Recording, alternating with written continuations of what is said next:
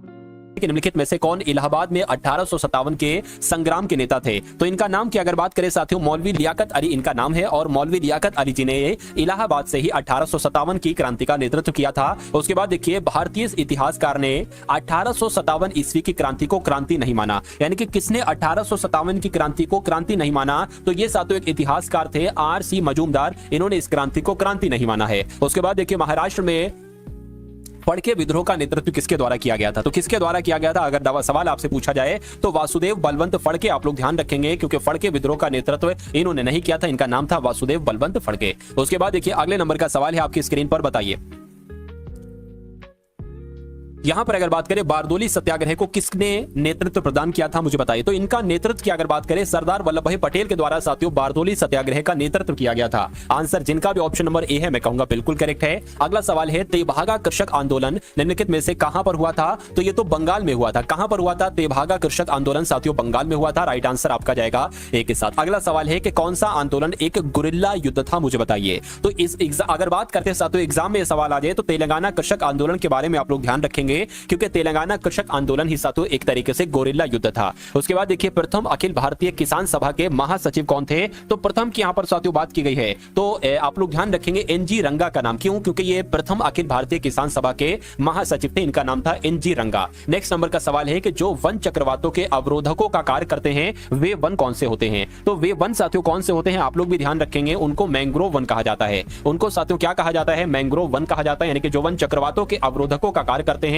उनको mangrove one कहते हैं। नेक्स्ट नंबर का सवाल है, सुंदरवन के जंगल को क्या कहा जाता है? साथियों मुझे बताइए, क्या आपका बिल्कुल करेक्ट आंसर हो सकता है? साथियों देखिए और बताइए सही जवाब क्या है। चलिए, तो यहां पर आप लोग ध्यान रखेंगे सुंदरवन के जंगलों को मैंग्रोव कहा जाता है, ठीक है, इसलिए राइट आंसर यहां पर आपका बी के साथ जाएगा। अगला सवाल देखिए, भारत में श्वेत क्रांति के जनक कौन है, बताइए। तो अगर बात करते हैं साथियों भारत में श्वेत क्रांति के जनक कौन है, तो वर्गीस कुरियन ही कौन है, ये श्वेत क्रांति के जनक कहलाए जाते हैं भारत में। सही जवाब आपका ऑप्शन नंबर बी के साथ जाएगा। नेक्स्ट नंबर का सवाल है कि पुनर्वन रोपण का अर्थ क्या होता है, बताइए। तो इसका मतलब कि अगर बात करें साथियों एक तरीके से वनों को सुदृढ़ करना या नष्ट हुए वनों को स्थान पर नए पेड़ लगाना। बिल्कुल साथियों, जो वन नष्ट हो चुके हैं उनके स्थान पर नए पेड़ लगाना ही को क्या कहा जाता है? पुनर्वन रोपण कहा जाता है। अगला सवाल है कि कौन सा भारतीय राज्य सोयाबीन का सबसे बड़ा उत्पादक राज्य है, मुझे बताइए। तो अगर बात करते हैं साथियों यहां पर मध्य प्रदेश की, तो मध्य प्रदेश में सबसे ज्यादा सोयाबीन की पैदावार की जाती है, इसलिए राइट आंसर आपका जाएगा मध्य प्रदेश के साथ। अगला सवाल है कि उर्वरकों में क्रांति का संबंध किस रंग से है, मुझे बताइए। तो अगर आपके एग्जाम में साथियों ये सवाल आ जाए तो उर्वरकों में क्रांति, ठीक है ना, का संबंध किस रंग से है, तो भूरी क्रांति आपका राइट आंसर हो जाएगा।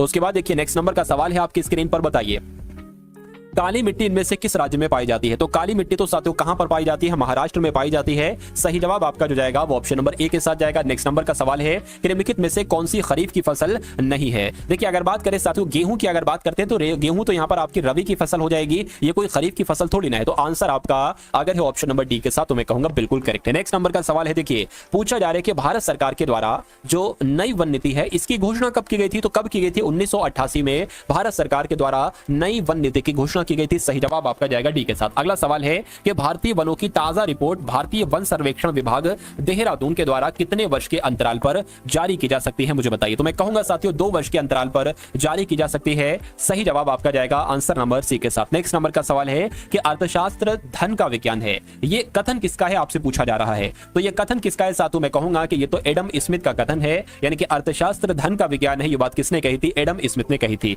प्रिंसिपल ऑफ इकोनॉमिक्स ये शीर्षक वाली किताब के लेखक कौन है, बताइए। तो मार्शल की अगर बात करते हैं, अल्फ्रेड मार्शल ये प्रिंसिपल ऑफ इकोनॉमिक्स शीर्षक वाली किताब के लेखक हैं, ये आप लोग ध्यान रखेंगे। नेक्स्ट नंबर का सवाल है डॉक्टर नॉर्मन ई बोरलॉन्ग किस देश से थे। तो ये साथियों किस देश से थे? तो ये तो आप लोग ध्यान रखेंगे अमेरिका से थे, यानी कि आपका राइट आंसर किस ऑप्शन के साथ जाएगा? ऑप्शन नंबर सी के साथ जाएगा। अगला सवाल है आपकी स्क्रीन पर कि निम्नलिखित में से कौन सा भारत में भूमि सुधार का हिस्सा नहीं है। तो भारत में भूमि सुधार के हिस्से कौन कौन से? देखिए जमींदारी प्रथा का उन्मूलन करना यह भारत भूमि सुधार का हिस्सा है। भूमि जोतों की अधिकतम सीमा का निर्धारण करना यह भी है, काश्तकारी सुधार यह भी है, लेकिन बहुफसलीय योजना नहीं है। अब नहीं है तो आपका right answer option number D के साथ जाएगा। अगला सवाल है कि एगमार्क एक्ट भारत में कब लागू किया गया था, बताइए। तो यह कब लागू किया गया था? 1937 में लागू किया था, यानी कि 1937 में साथियों लागू किया गया था क्या भारत में एगमार्क एक्ट। उसके बाद देखिए नेक्स्ट नंबर का सवाल आपकी स्क्रीन पर आ चुका है कि केंद्रीय उपोष्ण बागवानी संस्थान ये कहां पर है। तो ये कहां पर है साथियों? ये तो लखनऊ में है। ये कहां पर है? ये लखनऊ में है, इसलिए सही जवाब आपका जो जाएगा वो ऑप्शन नंबर सी के साथ जाएगा। अगला सवाल है आपकी स्क्रीन पर कि दुग्ध उत्पादन बढ़ाने के लिए भारत सरकार के द्वारा कौन सी क्रांति शुरू की गई थी। तो दुग्ध उत्पादन से कौन सी क्रांति संबंधित है, मैं कहूंगा श्वेत क्रांति संबंधित है, यानी कि दुग्ध उत्पादन बढ़ाने के लिए भारत सरकार के द्वारा श्वेत क्रांति की शुरुआत की गई थी। बात आप लोग ध्यान रखेंगे। अब उसके बाद देखिए अगले नंबर का सवाल है आपकी स्क्रीन पर, देखिए साथियों कि फोर्ट विलियम ये कहां पर स्थित है बताइए। चलिए फोर्ट विलियम की अगर बात करते हैं साथियों कहां पर स्थित है, तो ये तो कोलकाता में स्थित है। सही जवाब आपका जाएगा ऑप्शन नंबर डी के साथ। भाई बहुत बढ़िया, वेरी गुड क्लास। निम्नलिखित में से किस पर्वतीय स्थल को किस पर्वतीय स्थल के नाम का अर्थ क्या है साथियों, वज्रपात स्थल है। तो किस पर्वतीय स्थल के नाम का अर्थ है, तो मैं कहूंगा साथियों दार्जिलिंग का अर्थ क्या होता है, दार्जिलिंग का अर्थ होता है वज्रपात स्थल। उसके बाद देखिए गुजरी महल साथियों कहां पर स्थित है, यह सवाल आपसे पूछा जा सकता है। तो गुजरी गा से ग्वालियर, यानी कि गुजरी महल कहां पर स्थित हो जाएगा, यह साथियों ग्वालियर में ही स्थित है। नेक्स्ट नंबर का सवाल है कि मानव सभ्यता के विकास की कहानी दर्शाने वाले देश का सबसे बड़ा संग्रहालय इंदिरा गांधी मानव संग्रहालय ये कहां पर है। तो आपसे पूछा जा रहा है कि इंदिरा गांधी मानव संग्रहालय कहां पर स्थित है, तो ये साथियों भोपाल में स्थित है। ये आप लोग ध्यान रखेंगे। आंसर यहां पर जिनका भी ऑप्शन नंबर ए है मैं कहूंगा बिल्कुल करेक्ट है। देखिए दृष्टि विकलांग हेतु राष्ट्रीय संस्थान कहां पर है, तो अगर आपसे सवाल पूछा जाए ये वाला तो देहरादून आपको बताना है, यानी कि दृष्टि विकलांग के लिए राष्ट्रीय संस्थान देहरादून में स्थित है। उसके बाद देखिए अगले नंबर का सवाल है कि centre for DNA finger printing and diagnostics ये कहां पर स्थित है, तो अगर बात करें ये कहां पर है, ये हैदराबाद में। कहां पर है साथियों, ये हैदराबाद में है। राइट आंसर आपका जाएगा ऑप्शन नंबर डी के साथ। भाई बहुत बढ़िया, वेरी गुड क्लास। अगला सवाल है कि राष्ट्रीय मस्तिष्क अनुसंधान केंद्र कहां पर स्थित है, तो ये गुड़गांव में स्थित है। कहां पर है, गुड़गांव में स्थित है। उसके बाद देखिए बड़े गुलाम अली किस घराने से संबंधित हैं, तो ये तो पटियाला घराने से संबंधित है बड़े गुलाम अली।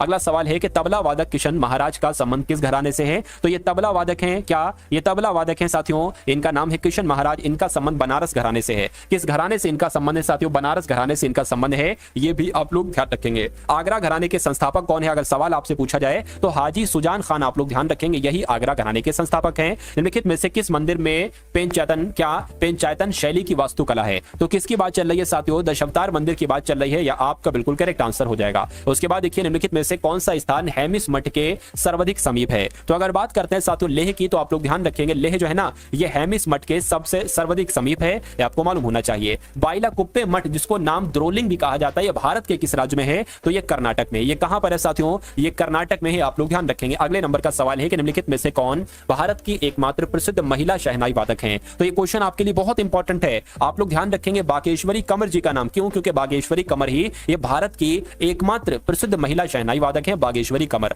नेक्स्ट नंबर का सवाल है कि निम्नलिखित में से कौन हिंदुस्तानी शास्त्रीय संगीत में सर्वश्रेष्ठ रुद्र वीणा वादक है, मुझे बताइए। तो किनकी बात चल रही है साथियों, आप लोग इनका नाम ध्यान रखेंगे कि उस्ताद असद अली खान इनका नाम है, और ये हिंदुस्तानी शास्त्रीय संगीत में सर्वश्रेष्ठ रुद्र वीणा वादक की बात आपको मालूम होना चाहिए। चलिए भाई उसके बाद देखिए निम्नलिखित में से कौन तबला वादक नहीं है, तो इनमें से कौन साथियों तबला वादक नहीं है, मुझे बताइए। क्या अगर बात करें साथियों तबला वादक की अगर बात करें कौन तबला वादक, देखिए स्वपन चौधरी तबला वादक है, GN बाला सुब्रमण्यम तबला वादक नहीं है, तन्मय भी है, विक्रम घोष भी हैं। तो आंसर आपका जाएगा बी के साथ। निम्नलिखित में से कौन सा त्यौहार अमावस्या के दिन आयोजित किया जाता है, तो अमावस्या के दिन साथियों काली पूजा का आयोजन किया जाता है, ये आप लोग ध्यान रखेंगे। उसके बाद देखिए अगला सवाल है जल्लीकट्टू साथियों ये क्या है, तो क्या ये एक टैग खेल है, नहीं, ये सांड को वश में करने का एक लोकप्रिय खेल है, मैं कहूंगा बिल्कुल सही। यानी कि जल्लीकट्टू क्या है, तो इस खेल में सांड को वश में किया जाता है साथियों, और सांड बहुत चोटे पहुंच जाता है। राखल लीला, क्या राखल लीला ये किस राज्य का लोक नृत्य है, मुझे बताइए। तो ये तो असम में किया जाता है, तो ये तो असम का साथियों राखल लीला लोक नृत्य होगा, कहां का, असम का। उसके बाद देखिए नेक्स्ट नंबर का सवाल है आपकी स्क्रीन पर